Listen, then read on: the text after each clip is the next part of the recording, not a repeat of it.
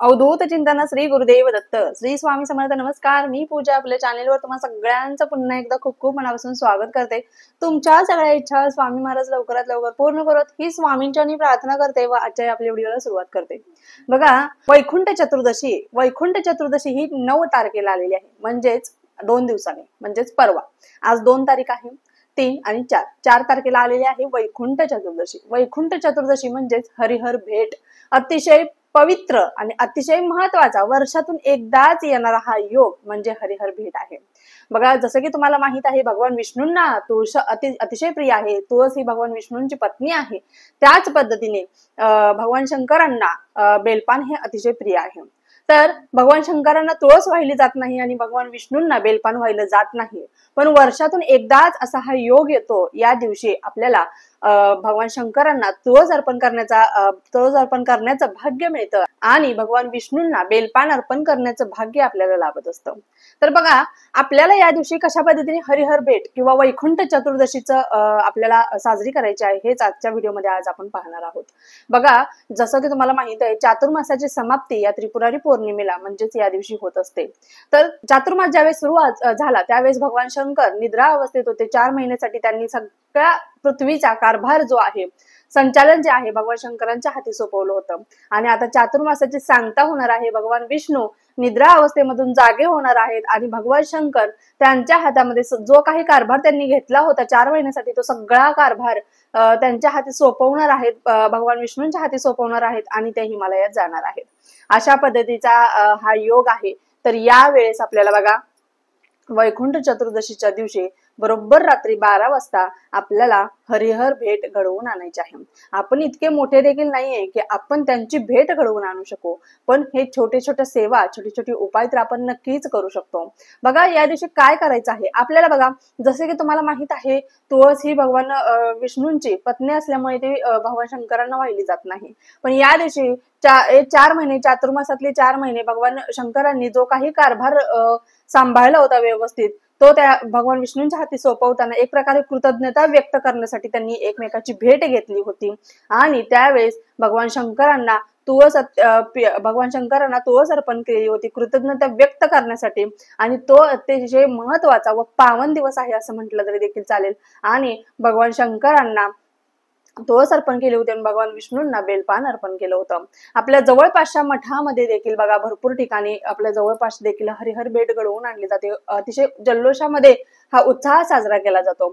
आपल्याला बघा, रात्री 12 वाजता हरिहर भेट करायची आहे. आता भरपूर ठिकाणी लहान मुलं असतील, घरामध्ये वृद्ध असतील, तर आपल्याला ही सेवा म्हणजे रात्रीचं जास्त वेळ आपण करू शकत नाही कधी कधी, तर तुम्ही 11, 11:30 वाजता जरी केली तरी देखील चालेल. ज्यांच्या घरी प्रॉब्लेम आहे त्यांनी, ज्यांना काहीच प्रॉब्लेम नाहीये त्यांनी काय करायचं, रात्री बरोबर 12 वाजता. कधी कधी कोणाला सेवा केलेलं पटतं, कोणाला सेवा केलेलं पटत देखील नाही, हे देखील तितकंच खरं आहे. भरपूर ठिकाणी, भरपूर जणांच्या घरी काही ठिकाणी सेवा केलेलं देखील पटत नाही. तर रात्रीच्या 12 वाजता काय करतेस असा देखील प्रश्न करतात. पण त्या सेवेचं महत्व त्यांना समजावून सांगण्याचा प्रयत्न करायचा आणि आपली सेवा आपण करायची आहे. तर रात्री बरोबर 12 वाजता काय करायचं, हरिहर भेट घडवायची आहे. त्यावेळेस धूप दीप दिवे सगळीकडे लावायचे आहे तुम्हाला. भगवान विष्णू आणि भगवान शंकरांची पिंड आणि भगवान विष्णूंची मूर्ती किंवा बाळकृष्णाची मूर्ती तुम्हाला जवळ ठेवायची आहे. आणि भगवान शंकरांना तुम्हाला तुळस अर्पण करायची आहे. आता तुळस त्या दिवशी तोडायची नाही, तुळशीला हात लावायचा नाही. महिलांनी तर तुळस तोडूच नाही, कारण ते सौभाग्याचं प्रतीक आहे. त्यामुळे बघा, तुळस विकत तुम्ही घेऊन या आणि तुम्हाला तुळस अर्पण करायची आहे. 1001 पानं जर भेटली तर अतिशय उत्तम, नाही भेटली तर एक जरी तुळशीपत्र तुम्ही वाहिलं तरी देखील चालणार आहे. भगवान शंकरांना तुळशी अर्पण करताना तुम्हाला फक्त एवढंच बोलायचं आहे, ओम नमो भगवते वासुदेवाय नमः, ओम नमो भगवते वासुदेवाय नमः, किंवा शिव अष्टोत्तर नामावली किंवा विष्णू सहस्त्र नामावली तुम्हाला बोलायची आहे आणि तुम्हाला तुळस अर्पण करायची आहे. कळलं? विष्णू सहस्त्र नामावली. आणि ज्यांना काहीच जमणार नाही त्यांनी ओम नमो भगवते वासुदेवाय नमः, ओम नमो भगवते वासुदेवाय नमः म्हणून त्यांच्या चरणाशी ती अर्पण करायची आहे. भगवान शंकराच्या चरणाशी तुळस अर्पण करायची आहे. अशा पद्धतीने करायचं आहे. नंतर बेलपान अर्पण करायचं आहे. बेलपान भगवान विष्णूंना अर्पण करायचं आहे. त्यावेळेस तुम्ही शिव अष्टोत्तर नामावली बोलू शकता. ओम शिवाय नमः, ओम महेश्वराय नमः, ओम शंभवे नमः, ओम पिनाकिने नमः. अशा पद्धतीने तुम्ही शिव अष्टोत्तर नामावलीची एक नाव घेऊन तुम्ही एक जरी बेलपान तुम्ही 1001 वेळा जरी वाहिलं तरी देखील चालणार आहे. अशा पद्धतीने आपल्याला करायचं आहे. ज्यांना काही जमणार नाही त्यांनी ओम नमः शिवाय, ओम नमः शिवाय, ओम नमः शिवाय अशा पद्धतीने तुम्हाला हरिहर भेट घडवून आणायचे आहे. आता हे सगळं झाल्यानंतर काही वेळासाठी तिथे ते ठेवायचं आहे. आता बरोबर रात्री 12 वाजताच का, तर रात्री 12 वाजताच हरिहर भेट घडली होती, त्यामुळे वैकुंठ चतुर्दशीच्या दिवशी बरोबर रात्री 12 वाजता तुम्हाला ही भेट घडवून आणायची आहे. आता बघा, आपल्याला थोडा वेळसाठी तुळस आणि बेलपानं त्यांच्या जवळ ठेवून द्यायचं आहे, नंतर ते काढून घ्यायचं आहे. कारण सकाळ झाल्यानंतर दुसऱ्या दिवशी आपण भगवान शंकरांना तुळस अर्पण करत नाही आणि भगवान विष्णूंना बेलपाला अर्पण करत नाही. त्यामुळे थोडा वेळ तिथे ठेवायचा, नंतर ते तुळशीपत्र आणि बेलपान तुम्हाला बाजूला करून घ्यायचं आहे. अशा पद्धतीने तुम्हाला हरिहर भेट करायची आहे. आता मासिक पिरियड्स विटाळ वगैरे असेल तर तुम्ही काहीच करू शकत नाही, अर्थात कोणती सेवा करू शकत नाही. आता तुमचा असा अतिशय महत्वाचा प्रश्न की ताई मला 4था दिवस आहे, मग आता 12 नंतर 5वा दिवस सुरू होतो, मग मी पूजा केली तर चालेल का आंघोळ करून, असे देखील कमेंट्स कराल तुम्ही.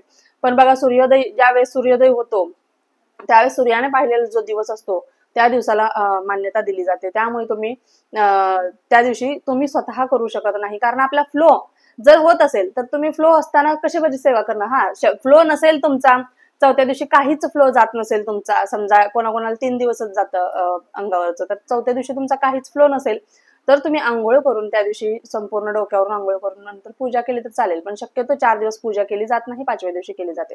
तुम्ही तुमच्या मुलांकडून किंवा मिस्टरांकडून ही पूजा करून घेऊ शकता.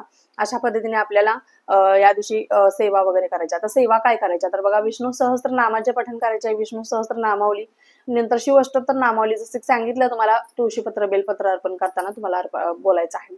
नाही शक्य तर तुम्ही युट्यूबला लावून द्या, त्याच पद्धतीने तुम्ही करायचं आहे.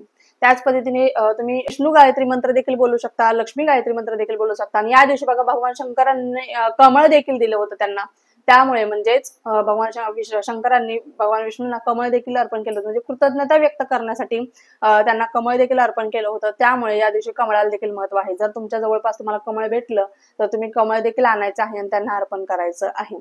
अशा पद्धतीने आपल्याला हरिहर भेट घरच्या घरी घडवून आणायची आहे आणि आपल्याला देखील कृतज्ञता व्यक्त करायची आहे, कारण हा दिवस वर्षातून एकदाच करता येतो. आपल्या घरामध्ये जर आपण अशा पद्धतीने हरिहर भेट घडवून आणली तर आपल्या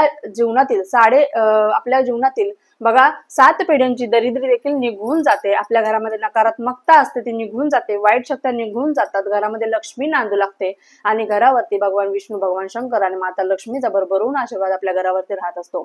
त्यामुळे जर तुम्हाला ही दरिद्री घालवायची असेल तर नक्कीच तुम्ही हरिहर भेट घडवून आणा आणि आपल्या घरामध्ये हा पावन दिवस साजरा करायला अजिबात विसरू नका. व्हिडिओ आवडला असल्यास व्हिडिओला लाईक करा, शेअर करा, सबस्क्राईब करा. पुन्हा एकदा भेटू अशाच एका नवीन व्हिडिओ सोबत. तोपर्यंत झालेली सेवा स्वामींच्या निर्जू करते. श्री स्वामी समर्थ. धन्यवाद.